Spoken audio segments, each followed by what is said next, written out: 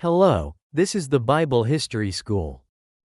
In our Bible History School, we summarize the words of the 66 books of the Old and New Testaments and upload them as short videos every day.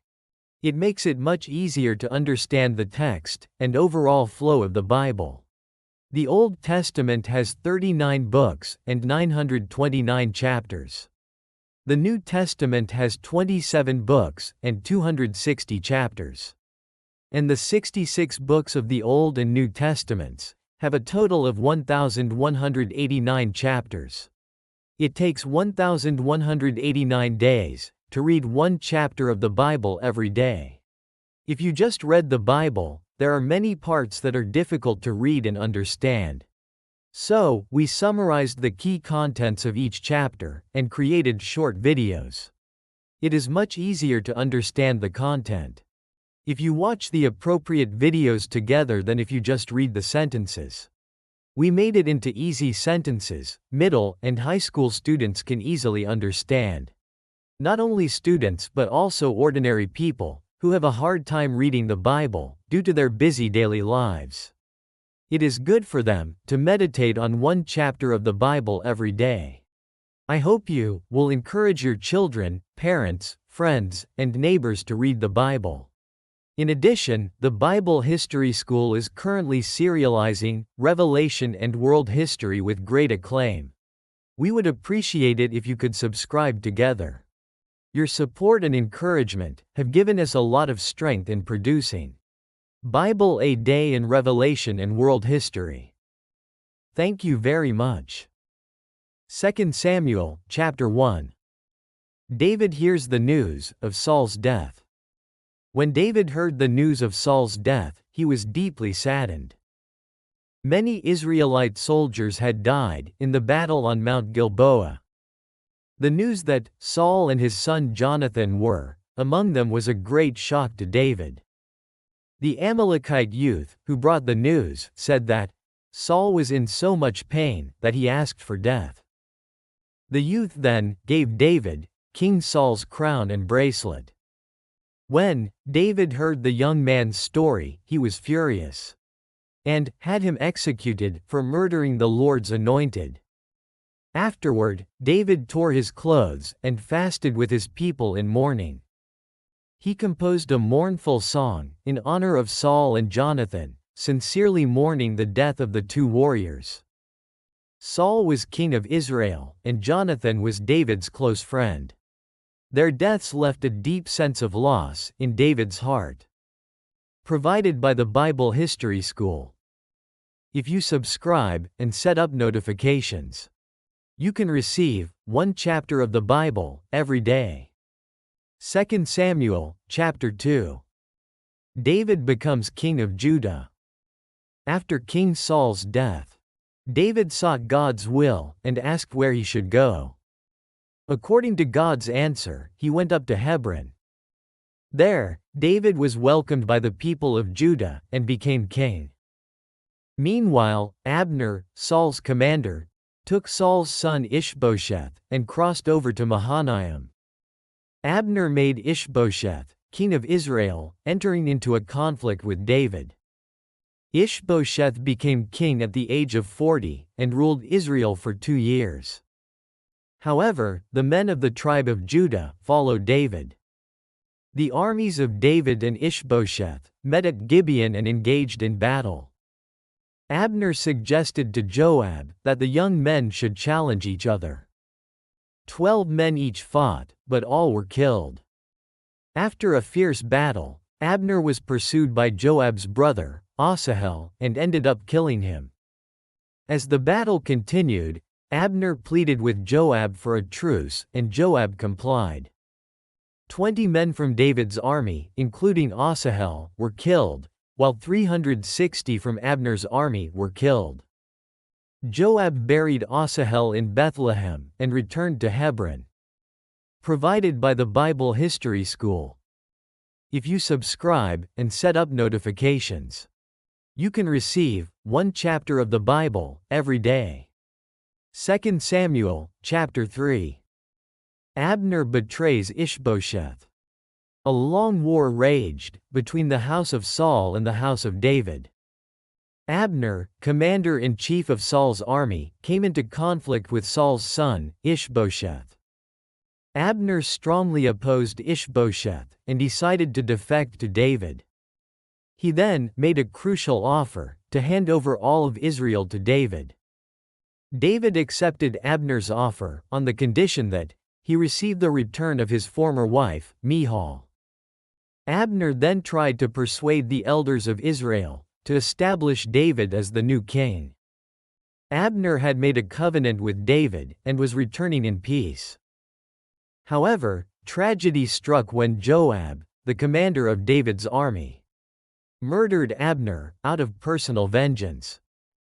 David was deeply saddened by Abner's sudden death and cursed Joab. The Israelites held a grand funeral for Abner and mourned his death. Provided by the Bible History School. If you subscribe and set up notifications, you can receive one chapter of the Bible every day. 2 Samuel, chapter 4. Ishbosheth is murdered. Upon hearing the news of Abner's death, Ishbosheth was gripped by great anxiety. Abner had been the powerful supporter who had secured Ishbosheth's throne. At this time, Baanah and Rechab, the commanders of Ishbosheth's army, plotted to assassinate Ishbosheth. Around noon, they entered Ishbosheth's house under the pretense of buying wheat. Ishbosheth was napping in his bedroom.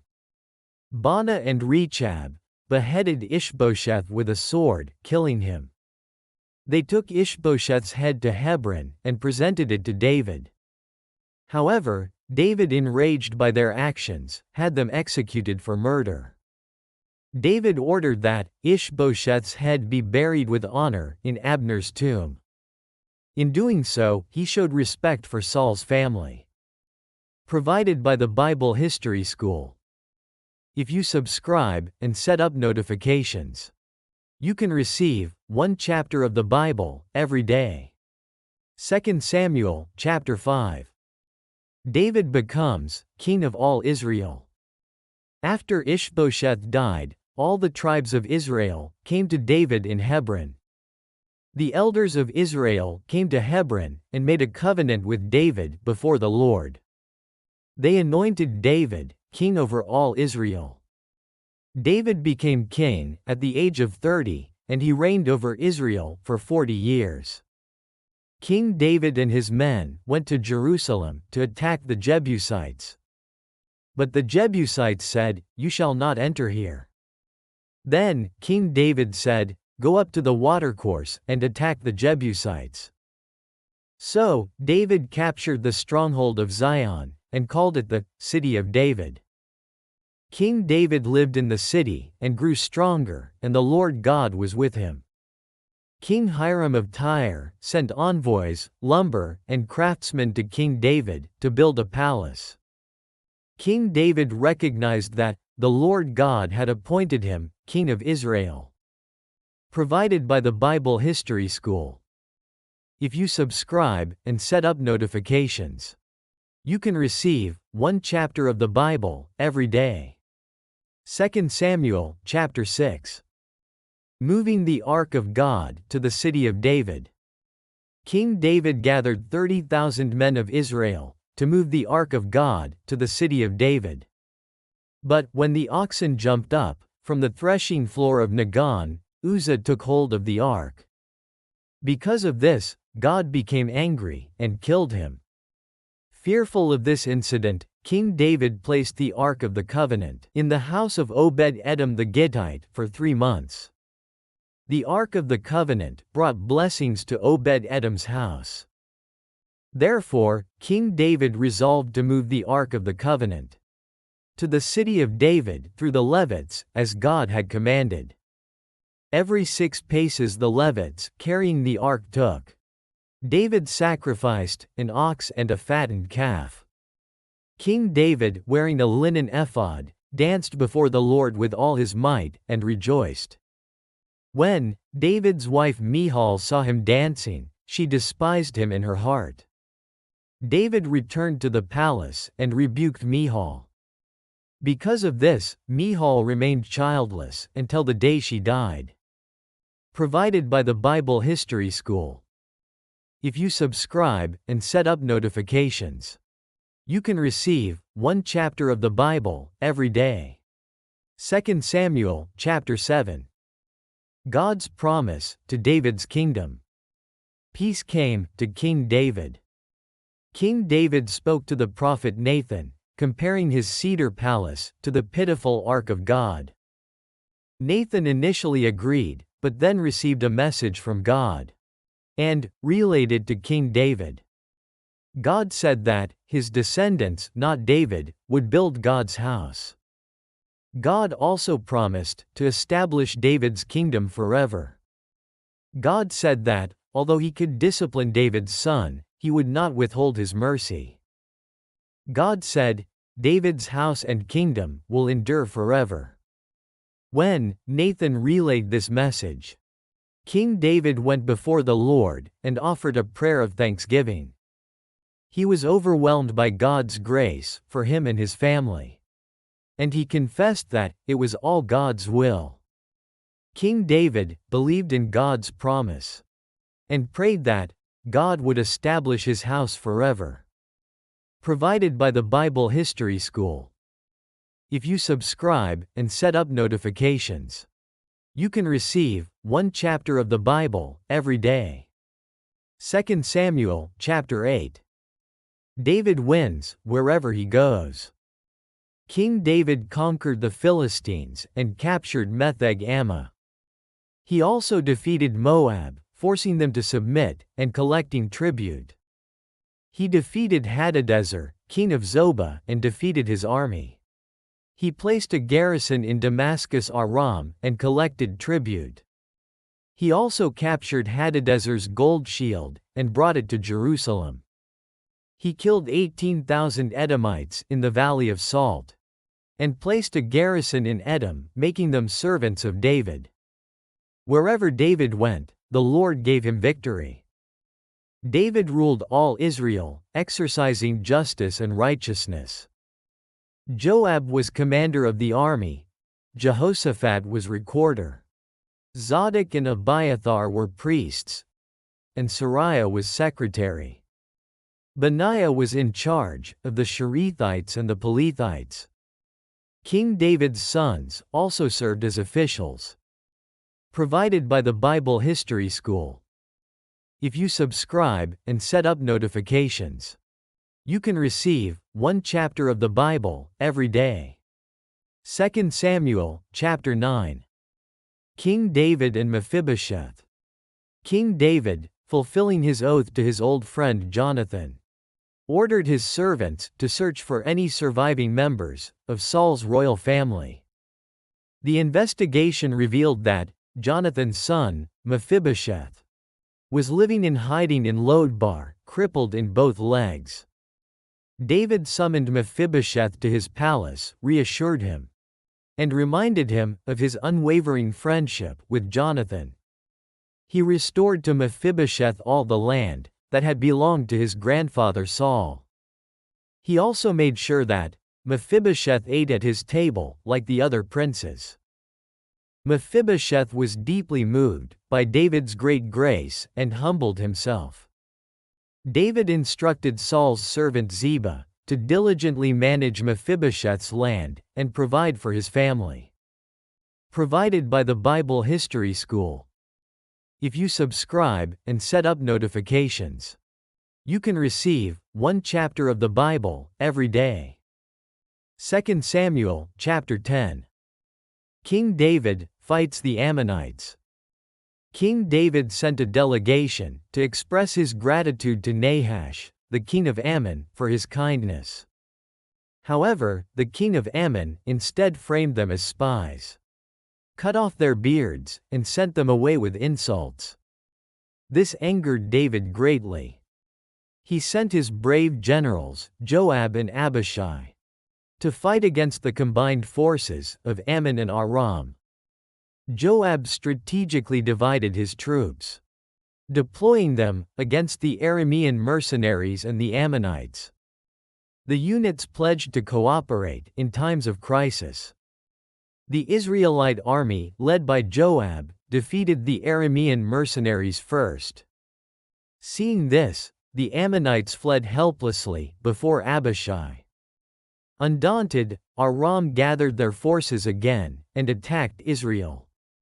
However, King David personally led the army against the Aramean army and defeated them severely. Finally, the kings under King Hadadezer of Zobah were forced to bow down before Israel and pay tribute. Aram also swore never to aid Ammon again. Provided by the Bible History School. If you subscribe and set up notifications, you can receive one chapter of the Bible every day. 2 Samuel chapter 11. King David and Bathsheba. King David sent Joab with his army to Ammon to besiege Rabbah. And King David stayed in Jerusalem. One evening, while walking on the roof, David saw a beautiful woman, Bathsheba, bathing. He recognized her and found out that she was the daughter of Eliam and the wife of Uriah, the Hittite. David called her to his palace and slept with her. Sometime later, Bathsheba told King David that she was pregnant. David instructed Joab to send Uriah to the palace. He told Uriah to return home and rest. But he slept with the other soldiers at the palace gate. David tried to get Uriah drunk but failed. Finally, David sent a letter to Joab, instructing him to send Uriah into the fiercest battle. In that battle, Uriah was killed. Bathsheba was deeply saddened by Uriah's death. And after some time, Bathsheba became King David's wife. Bathsheba bore King David a son. Provided by the Bible History School. If you subscribe and set up notifications, you can receive one chapter of the Bible every day. 2 Samuel chapter 12-1. The prophet Nathan's rebuke and King David's repentance. The Lord sent the prophet Nathan to King David. Nathan said to David, "There were two men in a city, one rich and the other poor. The rich man had very many sheep and cattle. But the poor man had nothing but one little ewe lamb that he had bought and reared. The ewe lamb grew up with him and ate with his children, and she became like a daughter to him. When a guest came to a rich man, he spared some of his own sheep and cattle, and did not slaughter them for his guest. Instead, he took the poor man's lamb and slaughtered it for the guest who had come to him." King David realized that this story was directed at him. Then David said to Nathan, "I have sinned against the Lord." Nathan said to David, "The Lord has put away your sin, you will not die. But because by this thing you have given great occasion to the enemies of the Lord to slander. The child you give birth to will surely die," he said. Then the prophet Nathan returned to his home.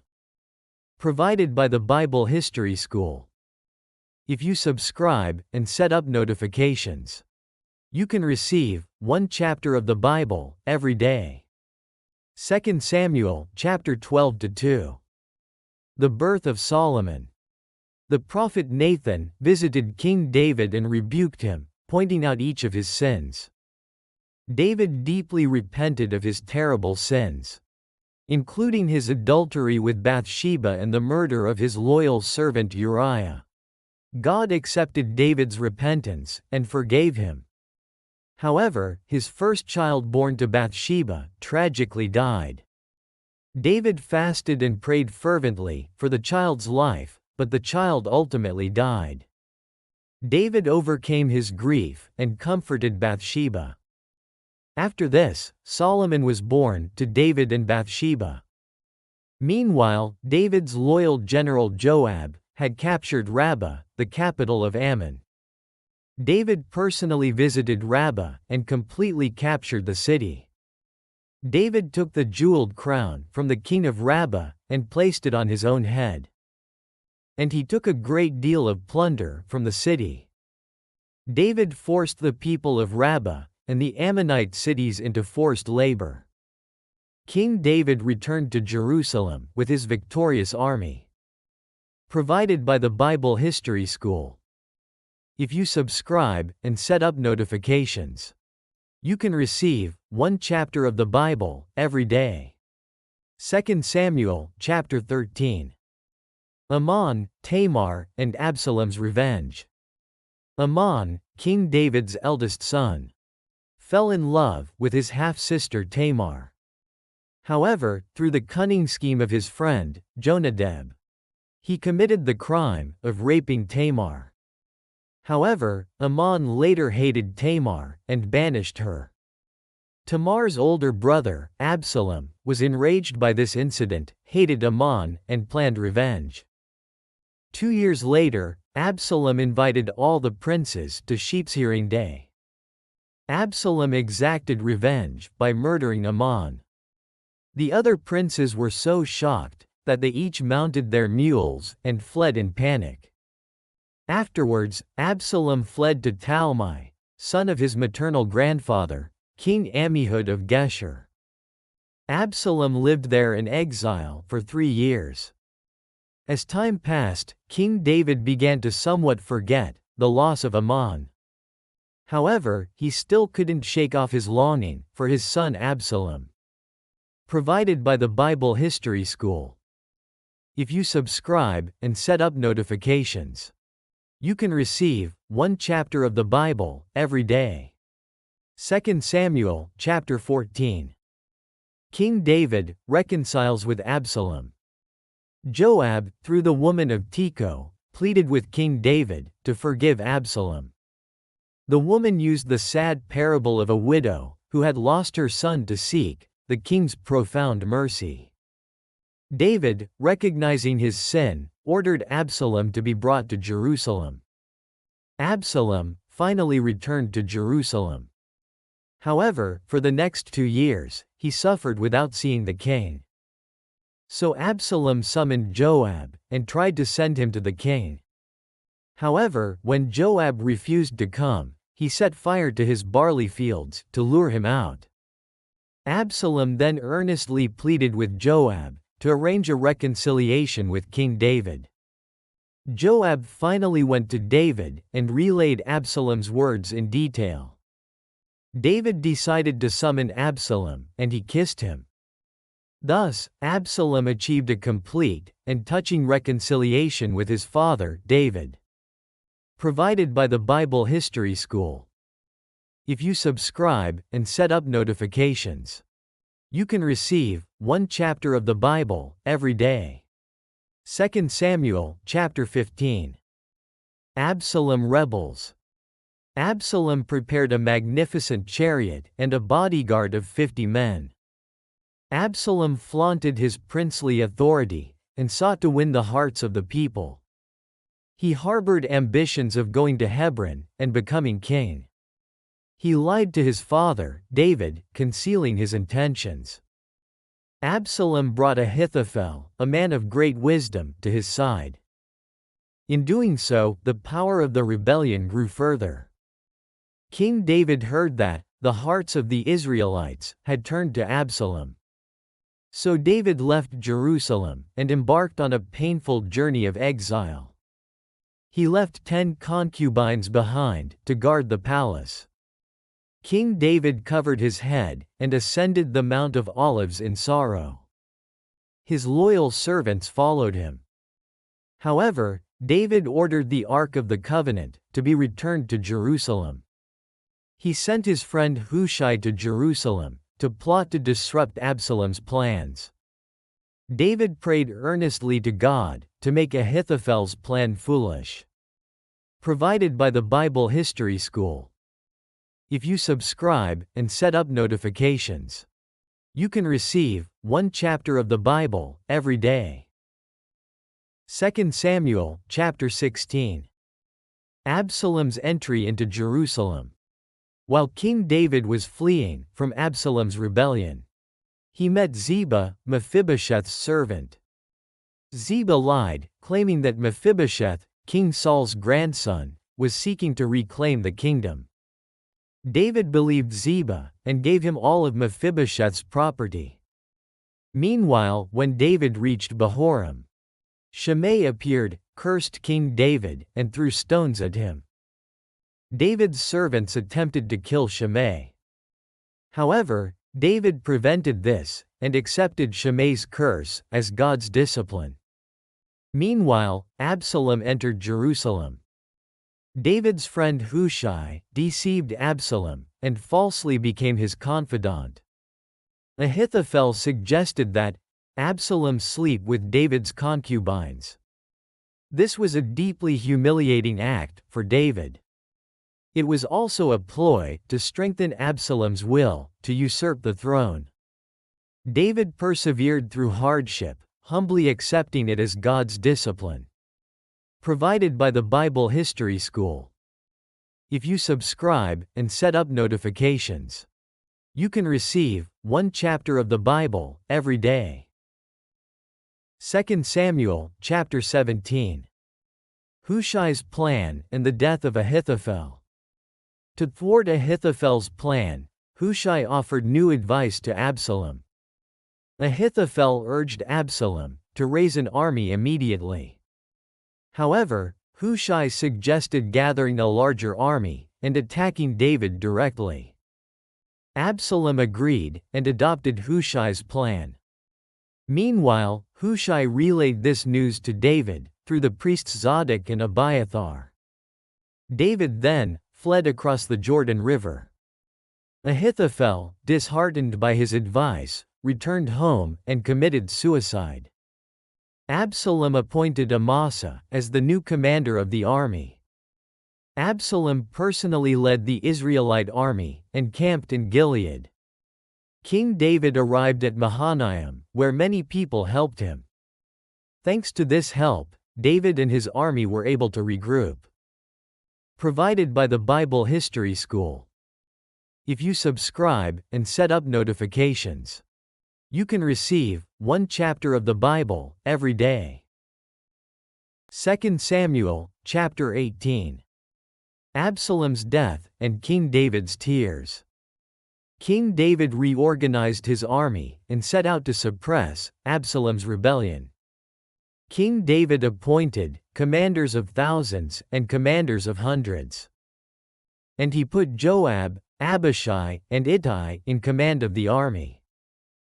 David wanted to go to war with his soldiers, but his officials dissuaded him from doing so. At the Battle of the Forest of Ephraim, David's army was victorious, while Absalom's army suffered a crushing defeat. While fleeing, Absalom's hair got caught in an oak tree, rendering him immobile. David had previously ordered Absalom not to be killed. The soldiers, upon hearing this order, refused to kill him. However, Joab did not hesitate, and stabbed Absalom with a spear, killing him. When David heard this, he went up to the upper level of the city gate, and wept bitterly, mourning for his son. "O my son Absalom, would that I had died in your place. Absalom, my son," he cried in anguish.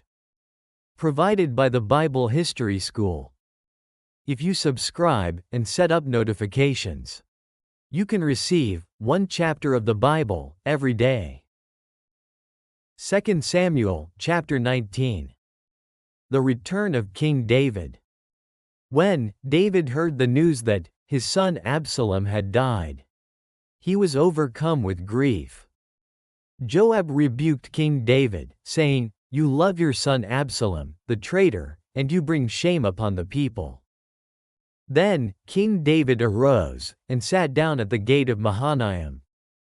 And many Israelites came before the king. The Israelites debated and argued about bringing David back as their king. The men of Judah escorted the king to the Jordan River. Shimei, who had thrown stones at David, asked David for forgiveness. And David spared his life. Mephibosheth, King Saul's grandson, also welcomed David. And David restored Mephibosheth's property. Barzillai, who had assisted David at Mahanaim, escorted King David to the Jordan River. King David was grateful for Barzillai's kindness, and took his son Chimham to Jerusalem. The people of Israel complained that the people of Judah had brought King David to Jerusalem first. This led to conflict between the people of Judah and the other Israelites. Provided by the Bible History School. If you subscribe and set up notifications, you can receive one chapter of the Bible every day. 2 Samuel chapter 20. Sheba's rebellion. David returned from Mahanaim to Jerusalem. There were 10 concubines who guarded the palace during Absalom's rebellion. King David imprisoned them in a private room and left them there until they died. Sheba, a man from the tribe of Benjamin, incited the Israelites to rebel against King David. He incited the people by proclaiming, "We have no share in David, nor any inheritance." To suppress the rebellion, David ordered Amasa to muster his army. However, when Amasa failed to meet the deadline, David ordered Abishai to lead the army and pursue Sheba. Joab and Abishai pursued Sheba, and while pursuing Sheba, they encountered Amasa near the rock of Gibeon and killed him. Joab pursued Sheba all the way to the city of Abel in Beth-Makkah. Then, a wise woman came forward and compromised with Joab to save the city. She and the people of the city cut off Sheba's head and handed it over to Joab. After receiving Sheba's head, Joab lifted the siege of Abel and returned to Jerusalem. Provided by the Bible History School. If you subscribe and set up notifications, you can receive one chapter of the Bible every day. 2 Samuel chapter 21. David heeds the voice of the Gibeonites. During the reign of King David, a famine occurred for 3 years. David inquired of God about the cause. God answered that it was because of Saul's sin in massacring the Gibeonites. The Gibeonites had promised to become Israelites, but Saul had killed them. David asked the Gibeonites how to compensate them, and they demanded 7 of Saul's descendants. David spared Mephibosheth and handed over 2 of Saul's sons and 5 of his grandsons. The Gibeonites executed them by hanging them on a mountain. Afterwards, Rizpah guarded the bodies, and David buried them in the family tomb, along with the bones of Saul and Jonathan. Only after this did God hear the prayers of the Israelites. War broke out again between Israel and the Philistines. King David went to fight his servants and collapsed from exhaustion. When Ishbi-Benob tried to kill David, Abishai struck him down and killed him, saving David. His servants pleaded with David not to go to war again. Finally, David and his servants defeated the Philistines. Provided by the Bible History School.